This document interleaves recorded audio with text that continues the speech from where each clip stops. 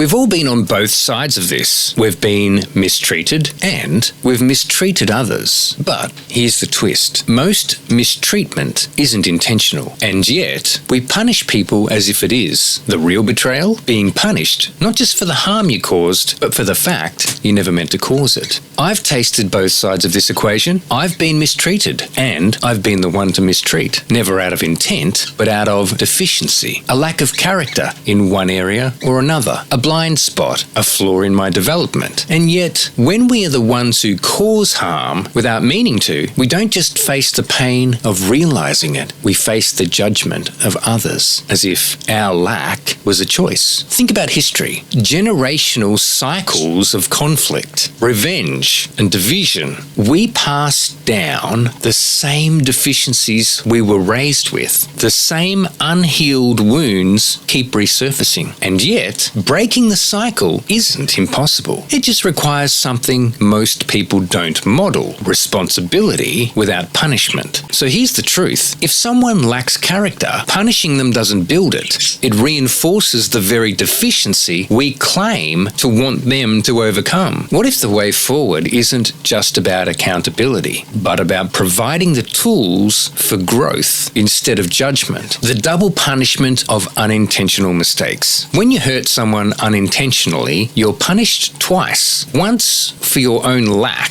twice for the harm it caused. And the more society punishes, the less space we create for people to learn and grow from those deficiencies. The cycle of mistreatment and betrayal. Mistreatment doesn't come from nowhere. It comes from people carrying unresolved gaps in character, experience, or emotional intelligence. And when they act from those deficiencies, they create new harm, sometimes without realizing it. Then, instead of being guided toward growth, they're rejected. And rejection fuels further resentment, misunderstanding, and division. How we break the cycle. First, by recognizing that not all harm is intentional. Second, by holding people accountable without condemnation. Third, by modeling the kinds of character development that breaks generational cycles of judgment. Taking responsibility versus assigning blame. Taking responsibility doesn't mean taking the fall. It means owning your part, making it right, and setting a better example. And when we see someone who lacks the character to do this, the answer isn't to punish them further. It's to offer them the tools to grow. Why this matters for the future? If we raise a generation that only knows punishment, we create more judgment and division. But if we raise a generation that learns to turn their own deficiencies into strengths, we create more leaders, more solutions, and more bridges instead of walls. What if the way forward isn't about justice, but about equipping people with what they were never given? Drop a comment. Have you ever been punished for a mistake you didn't make? How did it shape you? Take care. Talk soon.